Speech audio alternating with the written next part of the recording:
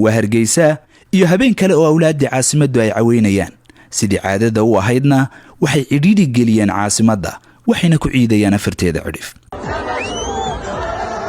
Hargeysa marka la joogo halkan laguma wada hadlo kulmiyahanada awlaadda caasimadda ayaa ku awood sheegta sidii doorashooyinkii hore u dhacayna waa ay ku soo labalaameen xisbiyada kula tartamayeen fagaarayaal badan ayay camirteen wadooyin badan ayay culaysiyeen cududii ugu weyneed ayayna caawa soo bandhigeen waa goolaaftan ay ugu gogol xaarayaan berri oo ay u tahay maalintii ugu dambeysay ololaha doorashada xisbiga talada haya ololahan waxa baxay halaysyo badan oo ay ka mid yihiin campaign oo kulmiya kaaga dambeeya campaign ma adoo soo daalay tacab badani ka soo baxay hadii maalinta ka dambaysa uu kulmiya leeyahay sidan oo kale ayaa dhacay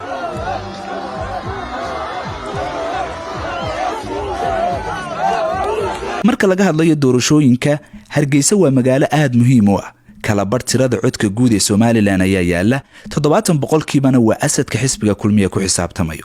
madaxda dawladda ayaa isu kala qaybiyay degmooyinka waxaana caawa aad uga dhex muuqday maareeyaha wakaalada biyaha Maxamed Cali Daarood maayar ku-xigeenka Hargeysa Khadar iyo xildhibaano ay kamid ahaayeen xildhibaan Qodax iyo xildhibaan Siciid Jaamac iyo mas'uuliyiin kale way si hanjabayeen jamaahiirta kulmiye oo waxay leeyihiin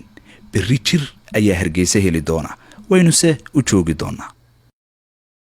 macmil ma ogtahay in dhammaan lacagaha dibadda lagaaga soo dirayo inaad ku heli kartid adeega e-dahab adigoo jooga gurigaaga iyo goobtaada shaqo